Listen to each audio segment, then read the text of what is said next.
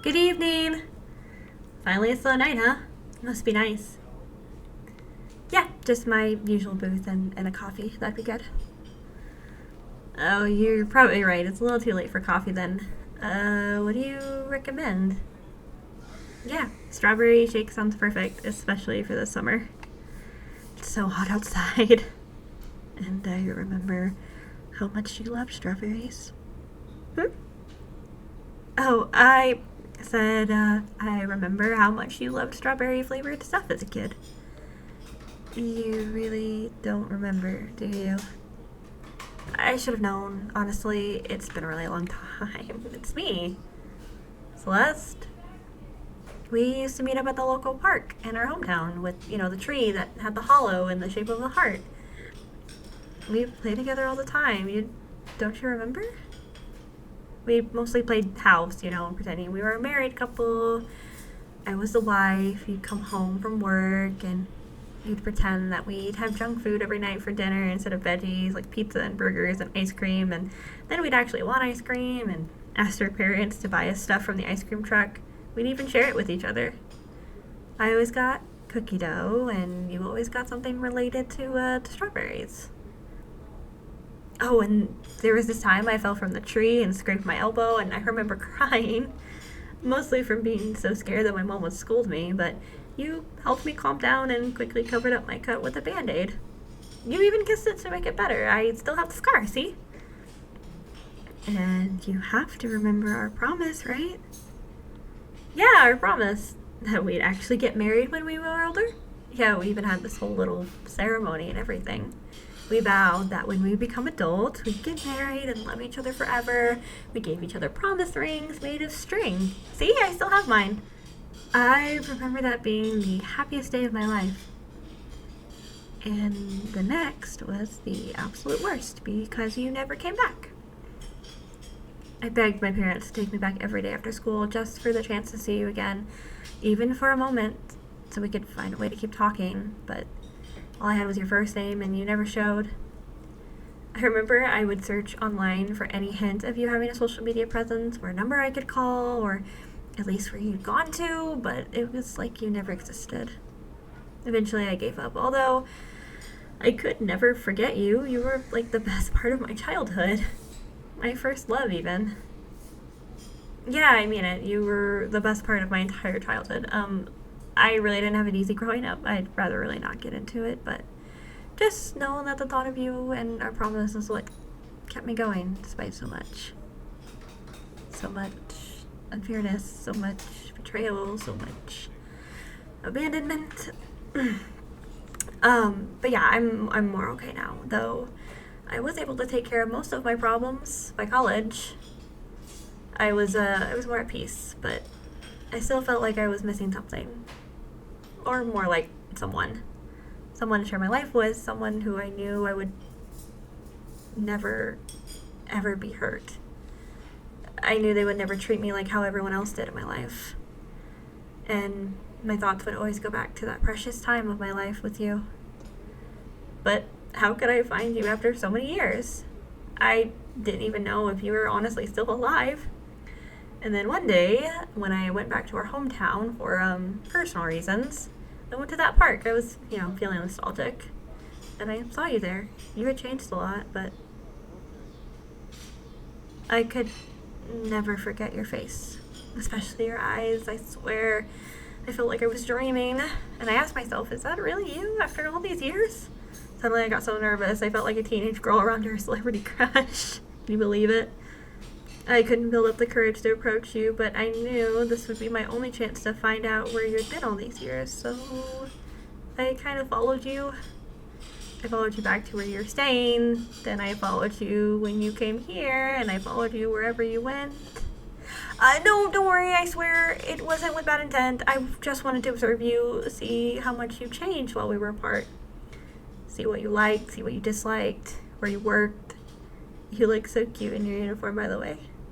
If you're seeing anyone, luckily you weren't. I felt that was a sign you were keeping our promise. Because, how could you, of all people, be single? I was almost upset that no one had the common sense to put a ring on your finger the moment they met you. Keyword almost. It's honestly for the best if you aren't. But anyway, one day I decided it was time to step in and see if you'd recognize me. I thought you would have been a nice surprise. I dreamed how you wrapped me tight in your embrace once you saw me, but you treated me like any regular customer. I even wore the string on my ring finger, hoping you'd recognize me from that. But nothing. Yeah, it had been a long time, but how could you not remember? It's okay, though. I understand. I look pretty different after all. Then I tried making conversation and having you look into my eyes. I hope you'd recognize me that way, like I had with you, but nothing. Nothing. I don't know if maybe you hit your head sometime after you left. Probably, huh? Although your medical records didn't say anything about any permanent head injuries, so now here I am. I built up the courage just to tell you who I was. You remember, don't you? I saw the look in your eyes when I mentioned the ring. I should have known you wouldn't remember me by just looking at it. Look, silly me, right? Oh, speaking of, I bought us actual engagement rings. Of course I'm serious. What's that look for? You don't like them. I can return them and get another set. So what if we were just kids? The promise was for real. Did you think that was pretend too? Please don't tell me you thought we were just playing. All this time. That's why you just forgot about it. It really meant nothing to you. This wasn't how it was supposed to go. I thought you'd recognize me.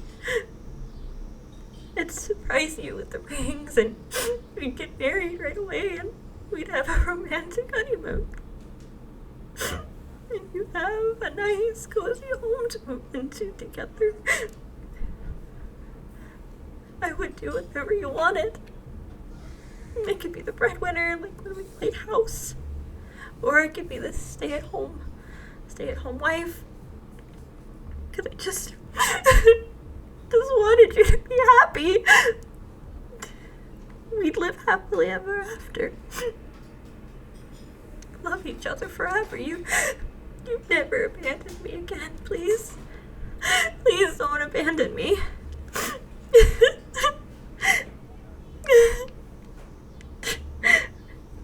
I'm sorry. I just don't want to be alone anymore. You're the only one to show me genuine kindness. You're the only thing I had to look forward to.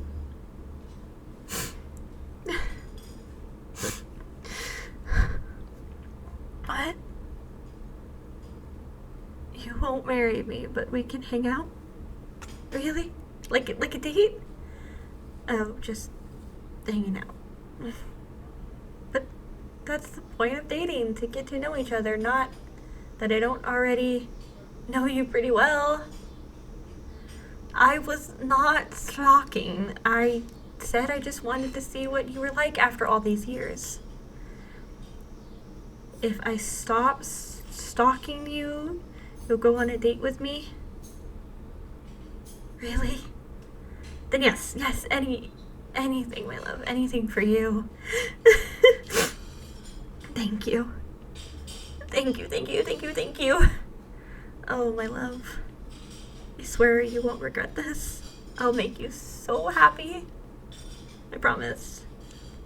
It's the least I can do for someone as sweet as you. Sweet like strawberries.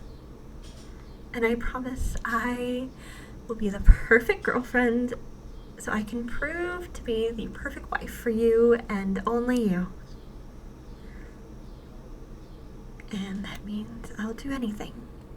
And I mean anything for you.